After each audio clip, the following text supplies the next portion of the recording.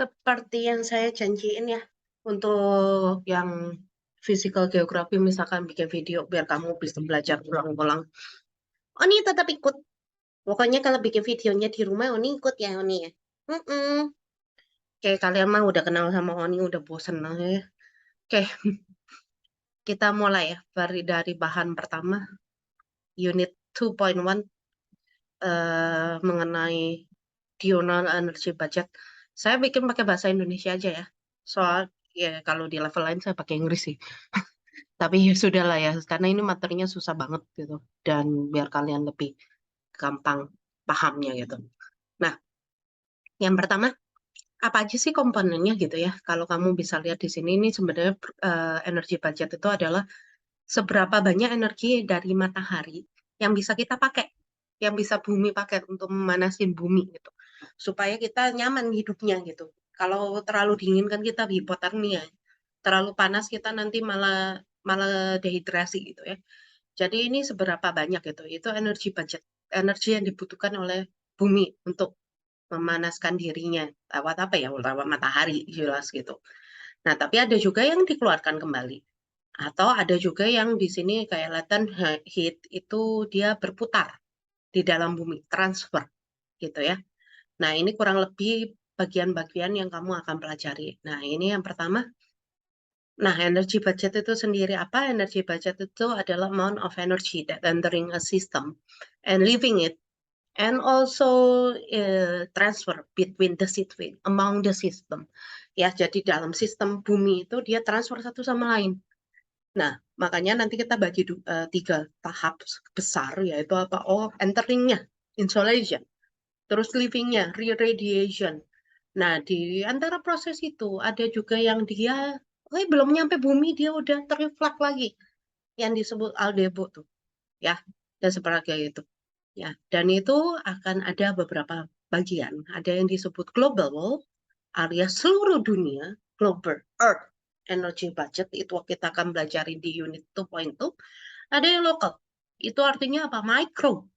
Nah, ini nanti efek ke mana? Ke climate yang ada di lokasi tersebut. Karena dia akan efek ke temperature, dia efek ke humidity, dia efek ke wind, dan akhirnya ke climate. Nah, terus kemudian diurnal yang kita akan pelajari itu artinya apa? Perbedaan day or night. Dan satu lagi nanti annual gitu. Nah, ini adalah beberapa fenomena di atmosfer, fenomena di langit gitu ya, yang berdasarkan skalanya mikro, lokal, meso, or makro, atau berdasarkan skala waktu gitu ya. Kamu baca sendiri ini. Nah, pertama, kalau kita mau ngomongin insolation, matahari heat the earth, matahari transfer energinya ke earth, kita harus tahu sedikit at least tentang electromagnetic spectrum. Kenapa? Karena matahari memancarkan gelombang elektromagnet gitu ya. Nah, sebenarnya matahari sendiri cahayanya itu hanya sampai di beberapa segmen, yaitu yang pertama yang disebut sebagai visible light here, ini cahaya putih dari matahari, terutama kalau dia jatuhnya tegak lurus, mostly itu visible dan ultraviolet gitu ya. Kalau miring biasanya hanya visible light. Nah, yang kedua itu UV, yang ketiga itu kadang ada X-ray, tapi sedikit. Karena X-ray itu kalau kamu lihat di sini ya, elektromagnet itu makin ke kanan, itu energinya makin bertambah. Tapi panjangnya, jarak yang biasa dia tembus itu makin pendek. Ya, jadi wavelength-nya, panjang gelombangnya itu pendek banget gitu. Jadi makin bertambah, itu akan increase energi, jadi bisa menembus. Kalau kamu X-ray, kan nembus tulang tuh.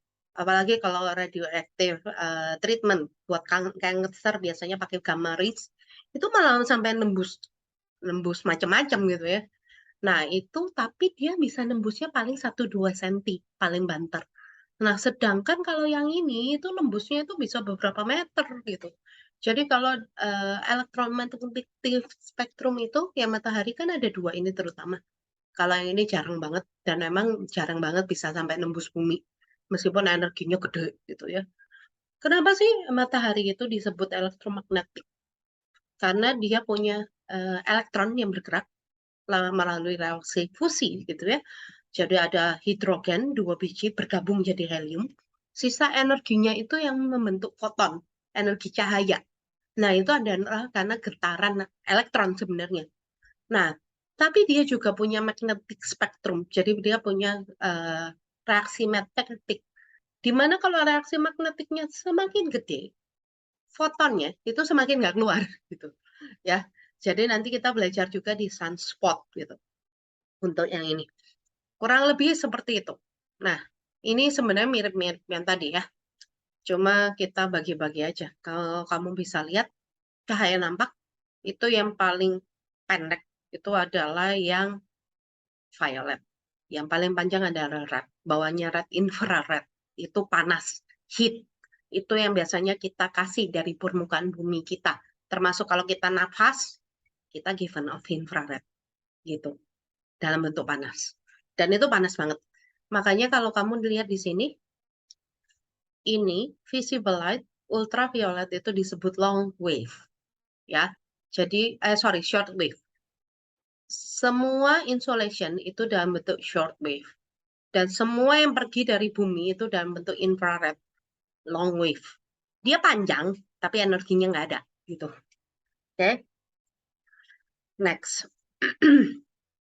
Nah, ini kalau kita bisa lihat, jadi yang datang itu short, yang begitu panjang. Tapi yang datang energinya lebih gede. Gitu. Ya, kalau kamu lihat energinya lebih tinggi nih. Kalau yang ini energinya malah lebih pendek.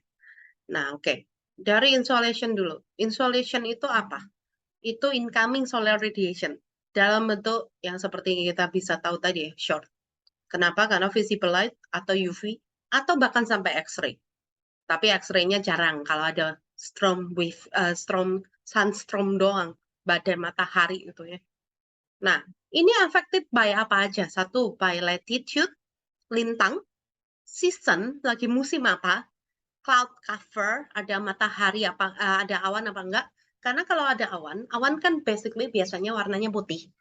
Jadi si awan itu akan reflect. Kalau kamu ingat, saya selalu nanya nih, kenapa ini warnanya coklat? Karena dia absorb semua warna kecuali coklat. Coklat dia reflect. Nah, kalau kamu panas-panas, siang-siang pakai baju hitam, kan namanya pinter. Kenapa? Karena hitam itu absorb semua cahaya, jadi nggak ada yang direflect. Makanya kelihatannya hitam. Nah, itu kan namanya cerdas, panas banget itu. Apalagi saat ultraviolet, ultravioletnya diabsorb bagus. Nah, makanya kalau siang-siang apalagi di gurun, bijaknya yang pakai putih lah gitu ya. Biar semuanya direflect, karena putih itu artinya dia reflect semua, nggak ada yang diabsorb. Gitu. Nah, awan tadi kan basically biasanya warnanya putih. Nah, karena putih, dia akan reflect the insolation all. Apalagi kalau dia, tapi kalau kita juga perlu lihat ketebalannya. Kalau awannya tipis, ya masih ada yang bisa lolos di sela-selanya. Kalau tebel, kayak cumulus, nah itu nggak bisa gitu. Jadi dia harus lewat semuanya gitu. Nah, amount of energy-nya, ini kan efeknya dari apa? Dari di buminya gitu. Latitude, season, cloud cover gitu ya. Kalau dari energi dari mataharinya sendiri itu depend on, satu, solar constant. Aktivitas dari matahari yaitu sunspot. Sunspot itu apa? Adalah daerah, area in the sun that has high magnetic fields. Jadi dia magnetnya kuat banget. Jadi reaksi fusi tidak bisa terjadi di situ. Jadi kalau kamu lihat, memang benar-benar kayak ada titik hitam di mataharinya. Nah, itu disebut sunspot. Nah, karena magnetic field-nya itu keserap semua di sini, sekitarnya itu nggak ada magnetiknya lemah banget. Makanya jadi fusion energinya itu di sekitarnya tuh jadi kuat banget. Nah, ini menyebabkan adanya flare. Jadi kayak ada lemparan yang sangat kuat, reaksi fusinya saking kuatnya, even bukan membentuk ultraviolet atau cahaya tampak, tapi dia membentuk X-ray. Nah, kalau dia saking kuatnya sampai flare-nya jauh banget itu bisa nyampe ke bumi. Nah, itu disebutnya sunstorm gitu. Ya, dan biasanya kalau itu terjadi wah, sinyal kacau semua itu di bumi gitu ya. Nah, itu yang pertama, solar constant, activity dari sun-nya. Dan sunspot ini punya cycle. Jadi dia tiap 11 tahun sekali, jumlahnya akan bertambah terus sampai peaknya terus turun lagi. Terus bertambah terus sampai peaknya turun lagi. Nah, itu kita perlu lihat dan bagian matahari mana yang lagi facing the earth. Kedua, distance dari matahari itu dari earth. Ini kenapa? Karena sebenarnya karena buminya. Bumi kan kalau teorinya yang kita percaya sekarang adalah bumi yang muter mengelilingi matahari, gitu ya. Nah, muternya bumi itu tidak dalam bentuk bulat total, tapi dalam bentuk elips. Nah, ini matahari yang kuning, ini bumi. Jadi ada satu titik, yaitu sekitar bulan Juli. Itu jarak bumi itu jauh banget dari matahari. Ini disebut aphelion. Nah, up itu jauh, helion itu matahari. Nah, kamu bayangin kalau jaraknya sejauh ini sama jaraknya sedekat ini, kira-kira mana yang energinya lebih nyampe? Ya jelas yang deket dong, gitu ya. Makanya energi insolation akan lebih deket saat perihelion, gitu ya, karena dia deket gitu. Nah, terus kemudian kalau kamu tahu kita berputar berapa kali sih? Bumi ngelilingi matahari, revolusi bumi. Earth Revolution itu 365 1/4 hari, gitu ya. Nah, ini kamu bisa lihat oh, cycle-nya kayak begitu. Dan ingat panjang cahaya itu menembus radiation ya. Dalam ini kan radiation itu 300 meter per second kecepatannya. Nah, kamu bayangin kalau ini 152 million kilo ya dibagi 300 meter per second ya udah lebih lama nyampainya.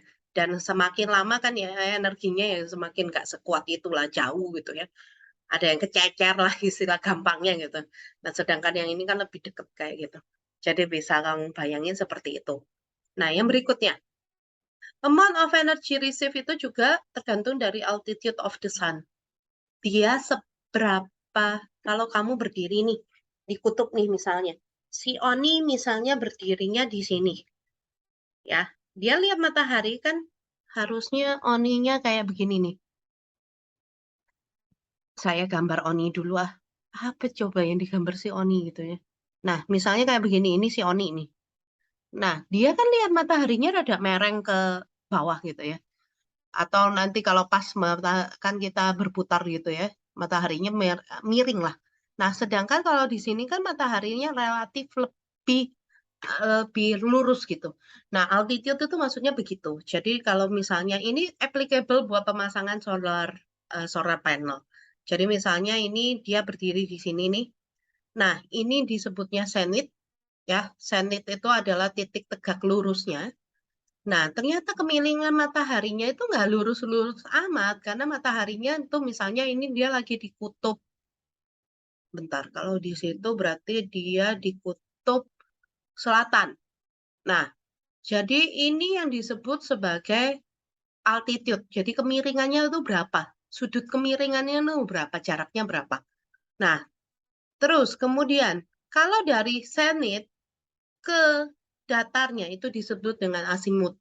Tapi kamu nggak perlu pelajari itu sedalam itu. Intinya, matahari itu posisinya nggak selalu tegak lurus jatuhnya ke permukaan bumi gitu. Nah, kamu bisa bayangin nih, ini kayak lampu nih. Waktu kamu sekfor saya sudah pernah kasih gambar ini kan. Kalau kayak lampu, dia sinarinya tegak lurus, kan berarti sinarnya fokus, ya kan? Nah, karena sinyalnya fokus, energinya makin gede, nggak nyebar di satu titik, ya. Sedangkan kalau obalik kayak begini, yang miring ini, nah sinyalnya nggak fokus, nyebar seperti ini. Jadi tiap unit area itu dapatnya itu cuma kayak setengah-setengah aja, karena dia menyebar, meluas gitu. Nah, kalau menurut fakta, daerah di ekuator di sini, misalnya ini dapat 400 watt gitu ya, untuk dapat daerah yang sama di kutub gitu ya, di kutub di poles, itu kamu harus misalnya ini daerah 400 watt itu dapat dari 10 meter gitu ya. Ini harus 20 meter kalau di kutub karena energinya emang beda gitu ya.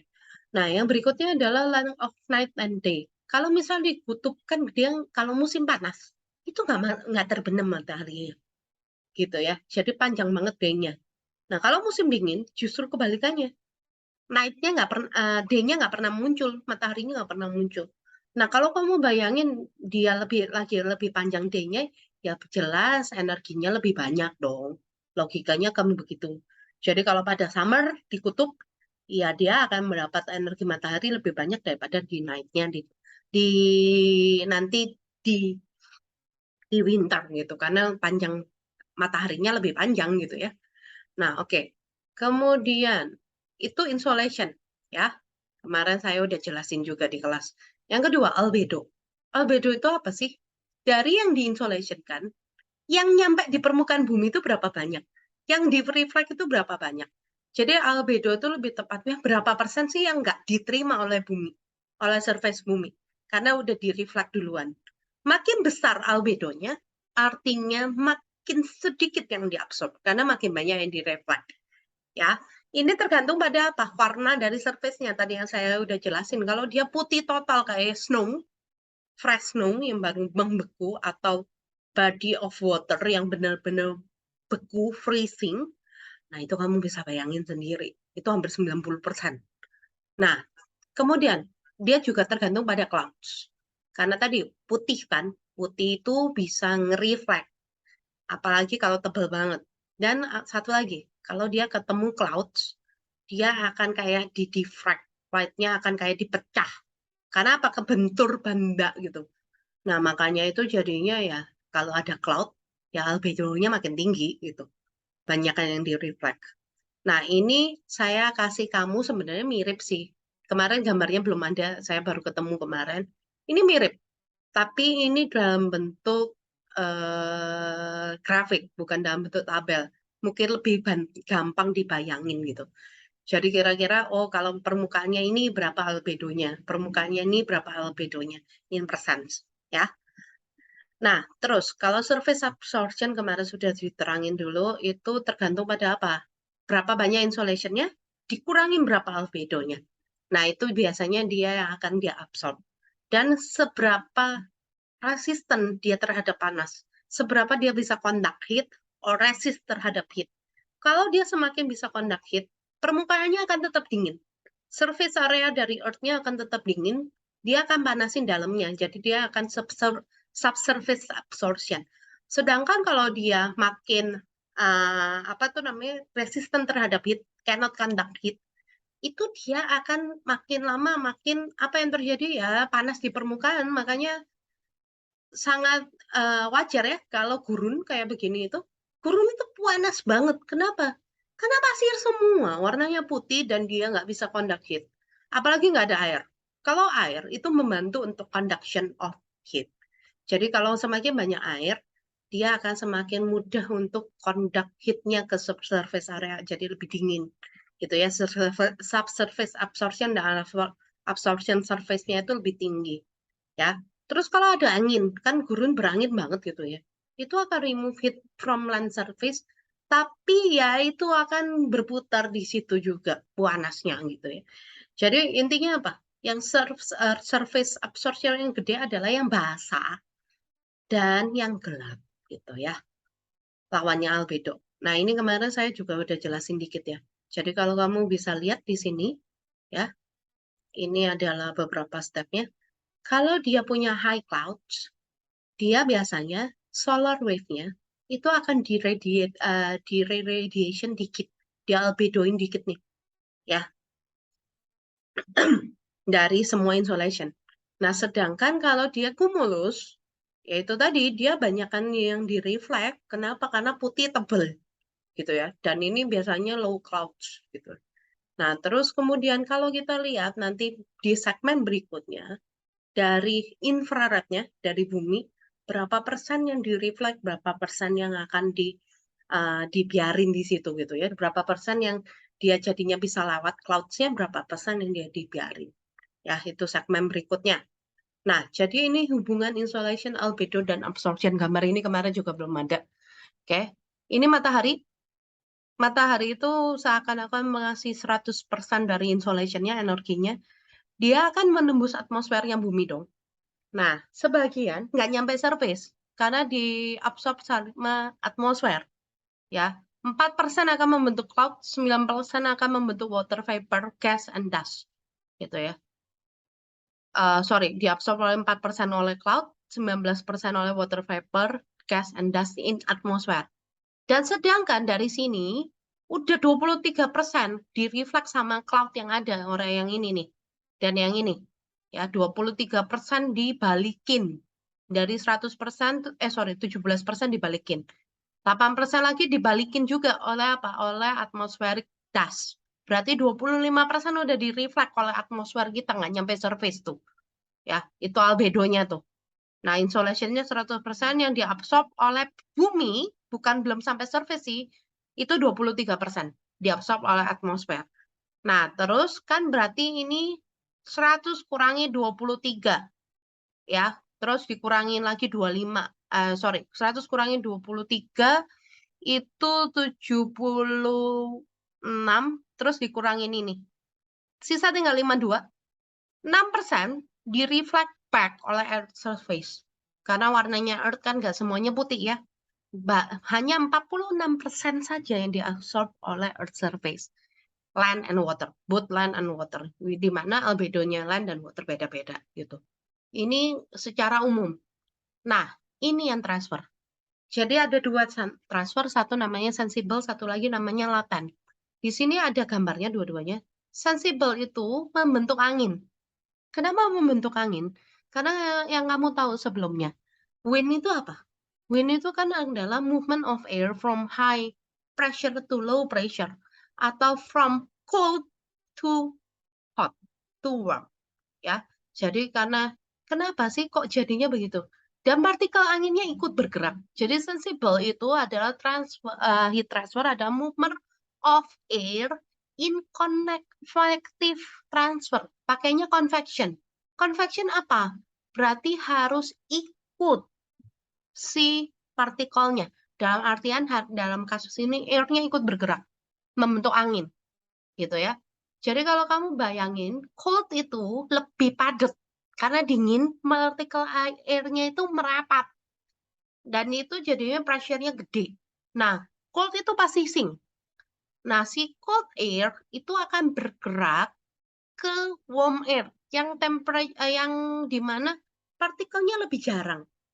Ya, cold move to warm. Ya, makanya di sini ada pergerakan angin. Ya, nanti kita belajar juga di colloidal effect gitu, tapi itu next subunit gitu ya. Nah, ini nggak pernah change state of matter. Jadi kalau kamu bisa lihat, ya airnya tetap dalam bentuk gas, gitu ya. Nggak pernah airnya tiba-tiba water vapor di airnya terus condense gitu, nggak nyampe. Kalau sensible heat transfer itu hanya movement in convective. Kenapa? Karena heat yang didapat, insolation energinya yang didapat hanya cukup untuk dari gas ya tetap jadi gas, nggak sampai turun jadi vapor gitu ya. Nah, itu hanya cukup untuk dia muter-muter aja gitu. Tapi in convective way, convection. Jadi movement of apa tuh namanya? Movement of heat itu kan ada 3. Ada conduction, itu di mana kamu langsung sentuh gitu ya. Misalnya ini angin panas, ini angin dingin gitu. Sampai sentuhan langsung itu namanya conduction. Kalau anginnya just berputar, itu namanya convection. Ya, panasnya hanya muter, itu convection. Kalau nanti misalnya, kalau dari space ke atmosfer, itu kan nggak ada partikel. Di atmosfer baru ada partikel, itu namanya radiation. Kalau nggak lewat ada partikel, itu radiation. Kalau dia getarin partikel di sekitarnya, itu conduction. Kalau dia muterin partikelnya, itu namanya convection. Gitu ya. Nah, yang kedua, latent heat transfer. Jadi kalau dia tidak mengubah bentuknya, yang kamu pernah belajar ini di fisik nih ya, kamu pernah dengar ini kan? Nah, ini rumusnya akan selalu sama, Q MC delta T, ya. Itu sensible. Nah, kalau yang next-nya, yang latent heat, itu kamu akan ubah dia jadi next state, ya. Latent heat transfer artinya ngubah jadi next state. Dari ice jadi water, water jadi vapor, atau sebaliknya.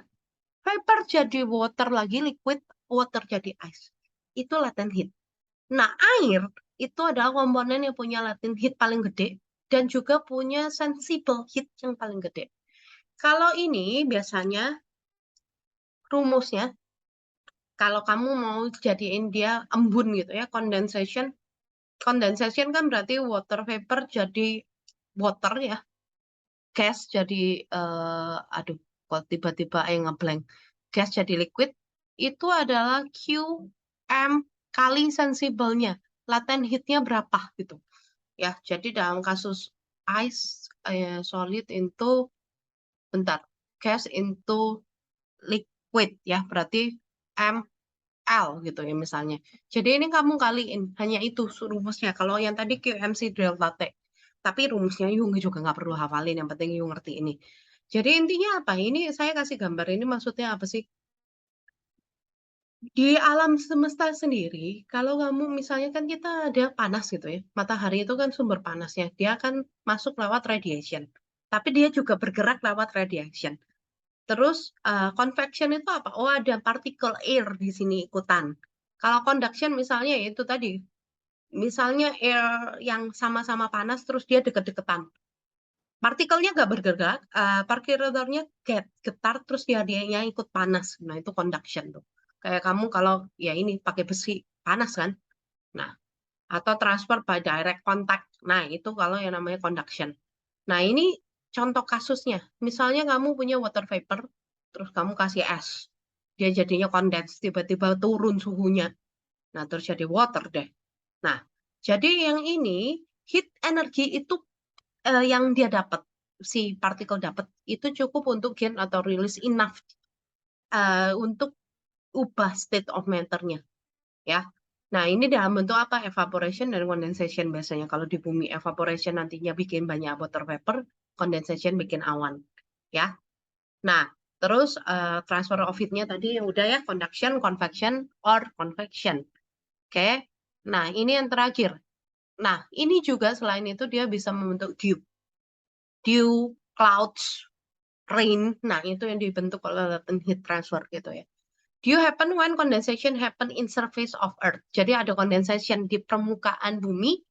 Kenapa? Karena temperature dari surface, biasanya malam hari ini ya, tiba-tiba drop.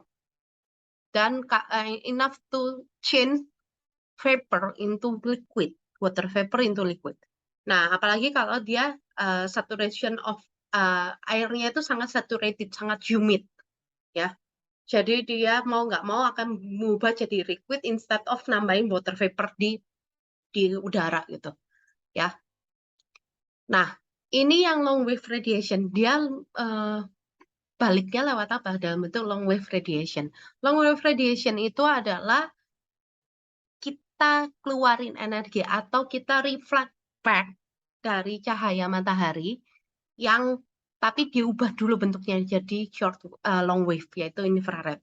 Jadi bisa dari hasil yang kita udah absorb terus di reflect back dalam bentuk shortwave infrared atau yang memang kita hasilkan di bumi. Yaitu salah satunya lewat respiration tuh. Panasnya kan infrared tuh. Nah, ini 90% itu diabsorb oleh greenhouse gas yang naturally ada di ozon, yaitu CO2 dan CH4 plus water vapor sometimes. Nah, tapi saat ini kan tambah banyak tuh greenhouse gasnya, terutama CO2 dan CH4. Jadi kalau pada umumnya, amannya itu 90% energi diabsorb itu baik. Kenapa baik? Jadi suhu di bumi itu tetap, kalau enggak gitu, kamu bayangin kalau di atmosfer aja kan biasanya suhu sekitar 30 sampai 40 derajat ya. Kalau misalnya nggak ada greenhouse gas sama sekali, itu juga gak baik. Nggak ada CO2 sama sekali, kamu bisa bayangin. Kalau 30-an di ekuator gitu ya, minus 33 derajat. Wah, beku minus 3 gitu. Ya, jadi itu kamu bisa bayangin bumi ini nggak bisa didiemin kalau nggak ada sama sekali. Ya, kalau nggak ada ini yang di-trap sama CO2 dan CH4. Ya, direabsorb semua balik tuh sama CO2 dan CH4. Tapi kalau makin banyak dan bumi makin panas juga gak baik gitu ya. Jadi ini istilah kata dia ada yang di-refract jadi long wave, ada juga yang memang kita punya ya, kita di dunia ini punya dan terus produksi. Contohnya apa tadi kan lawan nafas gitu ya. Ini makanya saya tulis this might happen due to radiation of insolation, tapi harus diubah dulu. jadi infrared, jadi long wave ya. Nah, ini kalau di vegetation pada summer ya. Jadi kurang lebih yang di radiation kan long wave-nya segini. Tapi balik lagi, kenapa balik lagi? Karena ada ini. Nah, kalau yang di snow, ini yang di emit segini dari bumi, kan lebih dingin ya. Nah, tapi yang dibalikin itu juga lebih kecil. Netnya sekitar 50. Kalau ini netnya sekitar minus 150 gitu ya. Lebih banyak yang dikeluarin gitu ya. Nah, terus ini kurang lebih kalau kita mau lihat polanya ya. Insolation and long wave radiation di ekuator dan di kutub gitu ya. Jadi ada beda-beda dan kamu bisa hitung kurang lebih netnya berapa. Itu surplus energi atau defisit energi. Namanya juga energi budget. Ada surplus, ada defisit dong ya. Ya, kurang lebih seperti itu. Ini yang long wave-nya, ini yang short wave-nya. Ini insolation-nya masuknya berapa, ini yang kita emit back. Ya. Nah, nanti kita bisa hitung. Ini memang bukan diurnal, ini global energy budget. Ini kira-kira seberapa banyak. Nanti daily project-nya saya akan kasih kamu beberapa wilayah, terus saya kasih insolation-nya berapa, saya kasih albedo-nya berapa, dan macam-macam data kamu bikin kayak graph-nya kayak begini. Nah, saya lagi siapin itu tabelnya gitu ya. Nah, oke, ini perbandingan dulu. Ini satu contoh buat nanti daily project kamu. Misalnya kalau ini di rumput gitu ya. Jadi dia ada berapa income apa aja yang terjadi gitu. Ada insolation, ada macam-macam. Kalau malam kok nggak ada? Ini yang malam ya? Ya nggak ada gitu ya. Mana ada insolation malam-malam, ngeri kali gitu ya. Jadi kayak begitu kurang lebih. Tapi nanti ada angka-angkanya. Kalau ini kan nggak pakai angka gitu ya. Jadi kurang lebih seperti itu. Thank you. Bye. Ketemu lagi nanti di kelas. Tapi saya juga janji saya akan bikin game buat yang subunit ini. Jadi worksheet-nya dalam bentuk game. Sedangkan daily project-nya nanti ya saya sedang siapin udah nyaris jadi. Akhirnya harus baca jurnal juga tuh. Ya, begitulah. Oke, selesai ya untuk bab 2.1. Silakan dinikmati.